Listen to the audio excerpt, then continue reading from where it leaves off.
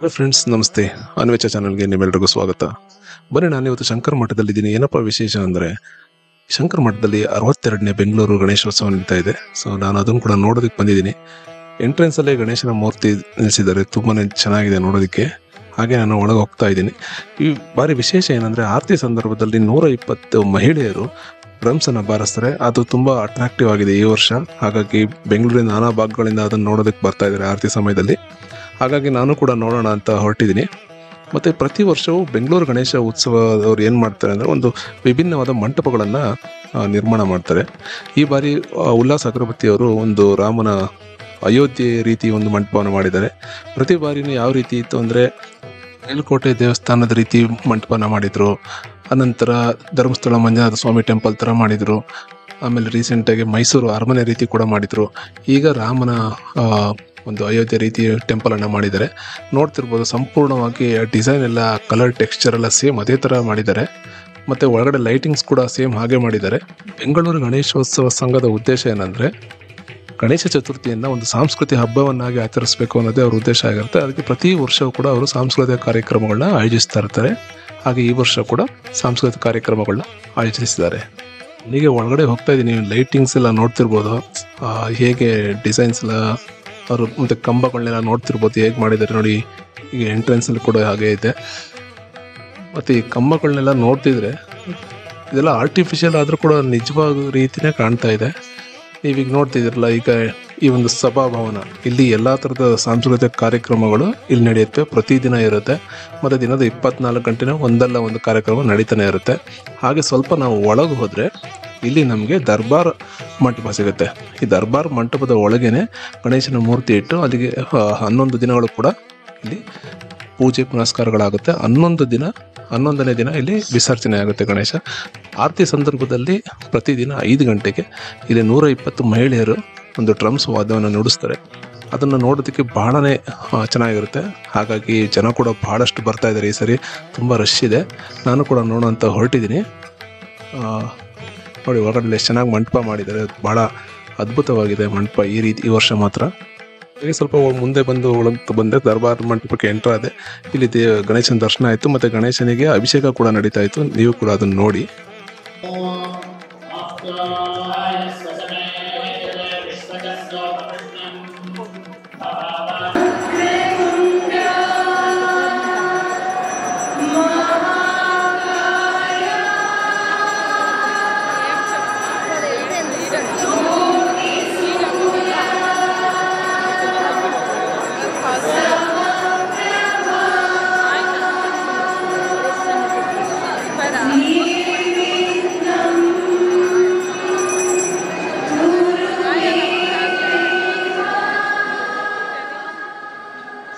ದೇವರಿಗೆ ಆರತಿ ಆಗೋ ಸಮಯದಲ್ಲಿ ಬಹಳಷ್ಟು ಮಹಿಳಾ ಗಾಯಕಿಯರು ದೇವರ ನಾಮಗಳು ಹಾಡ್ತಿರ್ತಾರೆ. ಜೊತೆಗೆ ಭಕ್ತಿಗೀತೆಗಳನ್ನು ಕೂಡ ಹಾಡ್ತಿರ್ತಾರೆ.